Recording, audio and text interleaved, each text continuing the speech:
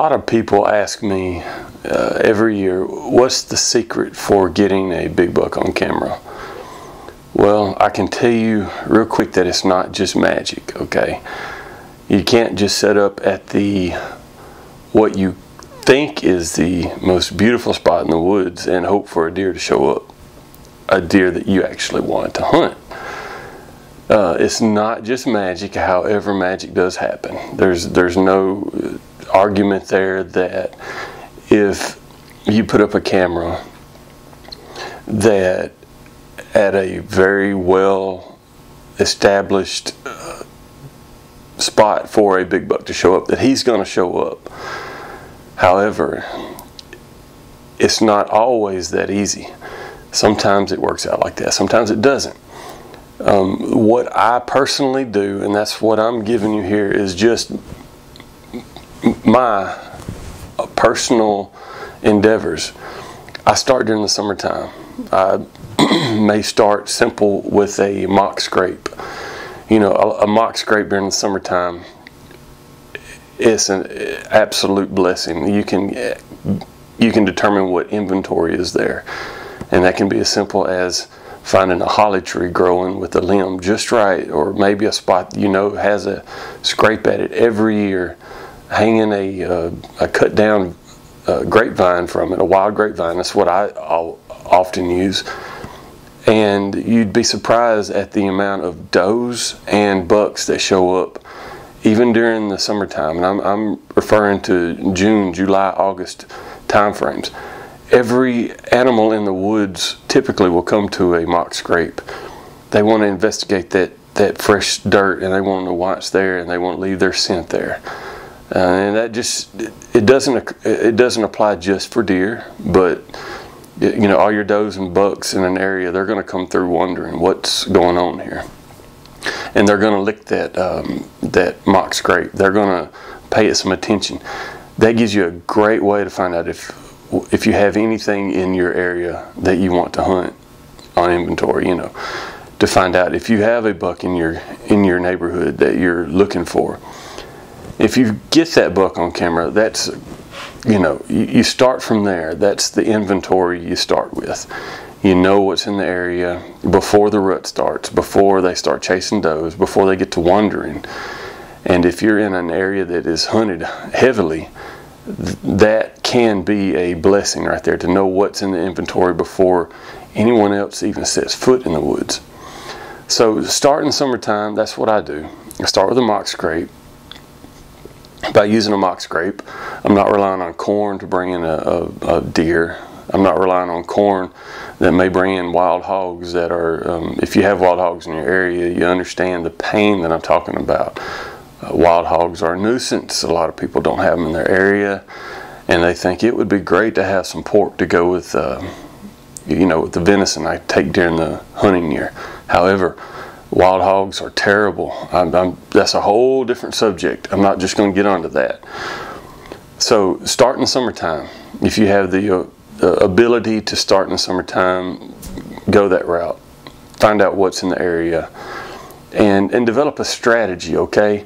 If you do find a good buck in your area, and he's showing up, say in the morning times, if he's leaving before it gets daylight, if he's in the evening times, if he's not getting there till 5 to 10 minutes after, you know, daylight goes away, he's not a dumb deer. So move out from where you originally get him on camera. Move north, west, south, and east with the camera, 100 yards, 200 yards. Try to determine which direction that deer is coming to your hunting location. And in a lot of cases, you can find out which direction he's coming to, and you can set up and monopolize on that deer before he gets to where your bait pile may be, or that mock scrape, or whatever is bringing him into the area. So use mock scrapes, have a strategy. If he's not showing up till 5 minutes after daylight, well, you know he's coming from somewhere. So, you know, monopolize on that. Use that to your advantage.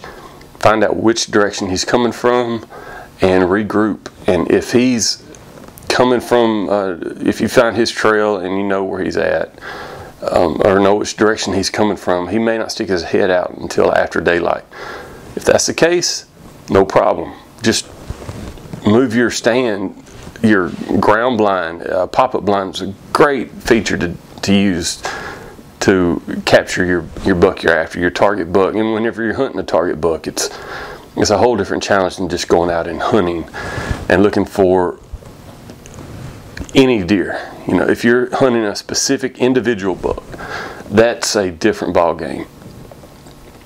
It's a very rewarding ball game whenever you finally harvest the buck you're after. That's incredible. So have a strategy whenever you put out a game camera. If you get one that you want, set your sights on him and develop a strategy to figure out which way he's coming to get to you. Okay, be smart about your cameras. If you do put up a camera and you do find the buck that you're wanting, be smart about it. If he's coming, you know, if in summertime he's a lot easier to pattern than he is in the fall. Be smart about it. Whenever you go in and check your cameras, get scent free as if you were going to hunt that deer. Be smart about it. That's a key right there. Scent can demolish a spot. If he's showing up 5 minutes after daylight, it's because he's kind of easing up to that area and he's making sure that nothing is there that's going to kill him. You know, big mature white-tailed deer do not get to be big mature white-tailed deer, and I'm speaking of well over 2.5-year-old deer. I'm talking 4.5, 5.5, 6.5-year-old deer. If you're hunting that deer, one that is a mature buck, he's not going to be dumb. Give him the benefit of the doubt. Acknowledge that he's a smart critter and that he's probably patterned you well before you patterned him. So be smart, be scent free when you go in to check your cameras. That's very key. You know, if you're able to check your cameras every 2 or 3 days, that's personally what I like to do. And whenever I have a buck on camera that I know I want, I try to get scent free as possible to go in to get him. I try not to leave any scent on the ground. I wear rubber boots.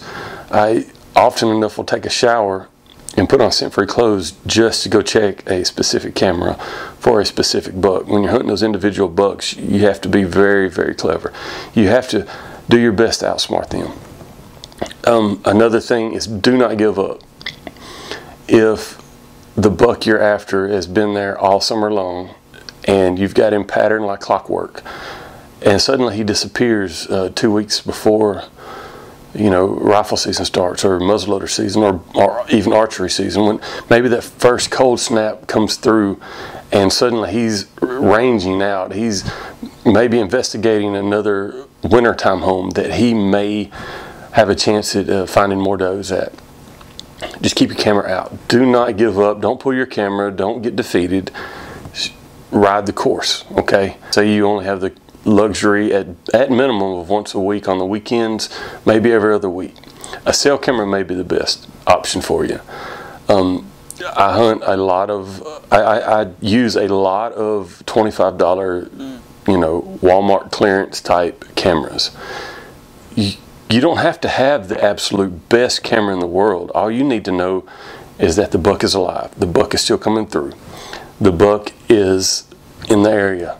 You're constantly keeping an inventory of him. After rifle season starts, he may disappear for a month. I've seen that this year. One deer that one of my camp members was hunting, he disappeared for a solid month. That deer went into his wintertime home. He left his summertime home. He went to the wintertime home. He's looking for his does, looking for any does he can find. Because if he was living in the summertime there, often enough you're going to have a lot of bucks on camera during the summer, or a lot of does. Typically it can be one or the other. Often enough, if I have bucks on camera at one particular spot, then I don't have the does come through. That's because bucks and does typically do not group together. Bucks are in their bachelor groups, and they are gonna, you know, beat the does away from their any kind of food source. So if you have the habitat, if you have all the right circumstances don't give up on that deer, because he may have just ventured away for a little bit. He may be dead in someone's freezer, but don't give up, because after a month, this current year, I witnessed that. Another guy from our camp was hunting one particular buck, and during muzzleloader season, he disappeared. This guy was extremely defeated. He thought his deer was in someone's freezer. He had been tagged out, and the guy just kind of lost hope on getting that deer until the last weekend this deer showed back up. So not every deer you get on camera is going to come by you during shooting hours, so you got to have a strategy. You got to be smart about it whenever you do get them on camera. Don't go in every single day. That's terrible advice. And if you have to go in, make it every 2 or 3 days. Try to be smart. Don't let them pattern you. A deer will pattern you way quicker than you will pattern them. They will know which direction you're coming from, where you're parking your truck, where you're parking your four-wheeler. That's a whole other subject there on four-wheelers close to your deer stand. Try to be smart about it. Don't be afraid to walk. There's a big controversy about, you know, if I drive my four-wheeler in, yeah, he hears me, but he's not going to smell me because I'm not sweating going in. I would much rather that deer smell one drop of sweat from me than to hear my four-wheeler go in and out. Walking a quarter of a mile is absolutely, it's not too far, it's not too much, and the whole time you're walking, you're actually scouting. So, you know, you're looking for sign that the deer has been in the area. So just hold tight, you know, don't give up, stay in there, and don't stick up a camera at your stand and expecting the absolute best when, you know, it's not magic all the time. You may have to hunt hard to get the target buck. And if you're hunting the target buck, then, you know, whenever you finally get it, it is well worth the reward. Patience pays off. Have patience on a deer. Don't give up. You know, they may be chasing a doe and partying all night on your neighbor's land. Your neighbor may get several pictures of them, and then you may hear a gunshot from that direction. In your mind, you can think that they have harvested the deer that you're after, your target buck, but that may not be the case. So whatever you do, don't give up. Just stay the course. Keep a camera out and try to check it in the smartest possible way that you can. Cell cameras work great if you're, you know, not going to be in the area for a couple weeks. Okay, you know you're not going to be there for a couple weeks. Yeah, a cell camera may be ideal for you to keep you motivated. You know, you're looking for motivation, that way you can keep hunting the deer. And if suddenly he stops showing up, motivation can be lost real quick. But just don't give up. You know, stay the course. Hunt that particular deer. Don't settle for less. When you're settling for less, you're doing what a lot of people do. They kill cull bucks. You know, and that's a whole other subject too. Cull bucks, not always a cull buck. It's sometimes somebody just, you know, just to find that they have killed a lesser quality buck to fill their tag. They'll call it a cull buck. Don't be that guy. If you're after one particular deer, stay the course. Hunt that deer and don't give in. You know, hunt that deer. Now, magic does happen, okay? Earlier this year, I hunted one particular deer. I hunted him last year. I knew his home area, put up a camera, and within the first day and a half, I had him on camera 5 times throughout the night, and both morning and evening. I knew I was in his bedroom. If you have that scenario where you are constantly, every couple of hours, you're getting a buck, your target buck on camera, you're in his bedroom, proceed with caution. That deer is living there, and real quick, he is going to figure out where you're coming from, where you're going to be, and he's going to figure you out. So the best option there is to hunt smart. Don't rush in to check your cameras every day. You know, give the buck some time to be comfortable. Let other guys hunting next to you push that deer out. Let the bucks figure out the other guys, and so that they do not believe you're in the area. You know, use other hunters to your advantage. Use your neighbor to your advantage. Always stay on a good relationship with your neighbor, because if you're both hunting the same deer and one of you kills it, it's, you know, you're both after the same target. You know, there's no way to keep one buck in this area, which we're in the southern states. You know, I'm speaking for Arkansas, Louisiana, Mississippi, northern Louisiana, eastern Texas. If you're in those states, a very high hunting population. Deer hunters are everywhere. So anytime there's that many deer hunters, there's a lot of hunting pressure on particular deer. They'll figure them out quick. And if you're being smart, you can monopolize on your target deer. Just hold the course, don't give up, and hang in there, and use cameras to your advantage. Don't just stick a camera up the couple days or the week before rifle season. And if you're a rifle hunter, don't expect to suddenly put up a camera and for magically every mature buck in the area to come zooming in to get your feed. You know, give them the benefit of the doubt that they are very, very smart, that they didn't get smart by being, they didn't get old, they didn't become mature bucks by being dumb bucks, by making careless mistakes. This year, speaking from personal experiences, and it happens all the time, one particular buck I was after, I got him opening day within 30 minutes of morning of daylight happening. That deer didn't know that I was going to be there, obviously. It was the best buck that's ever been killed by me or by my camp. A couple weeks later, another buck moved in, and he showed up every 4 days. The story behind it was the land adjacent to me, they had a helicopter spraying for timberland, which is often the case. That deer, I believe that deer got jumped, and he did not like the pressure, the helicopter disturbed him, you know, and he left his home area, and he come and checked out where I had a camera for 2 months without him ever showing up. After that day, and he found my area very, very inviting. He found that I had a nice little habitat set up for him. He started coming in. He would show up every 4th night, and so I had to use strategy to get that deer. But this year I tagged out within the first 2 weeks of bow season. It doesn't always happen like that, but magic does happen. If you put out a camera and suddenly a big one shows up, don't get all excited about that deer until you feel like you can pattern him. He may be a one-hit wonder, but nonetheless, give him the benefit of the doubt that he's not a dumb deer. Do your best to harvest that deer. And so whenever people ask me, how do you get a big buck on camera? Well, I use a combination of all things. I do rely on strategy. I do rely on the fact that I can hunt as much as I want to.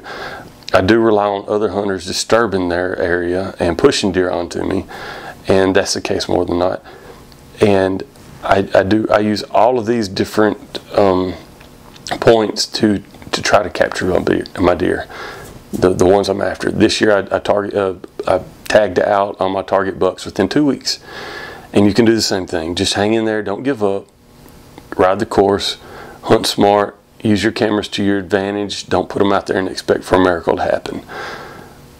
Put them out, hope for the best, and if the best happens, develop a plan. To be smart about it and hunt your buck as best you can using all of these strategies. You know, extreme scent control when checking cameras. Figure out where that deer is coming from if at all possible. Use the cameras as a tool, and you should be able to harvest your deer.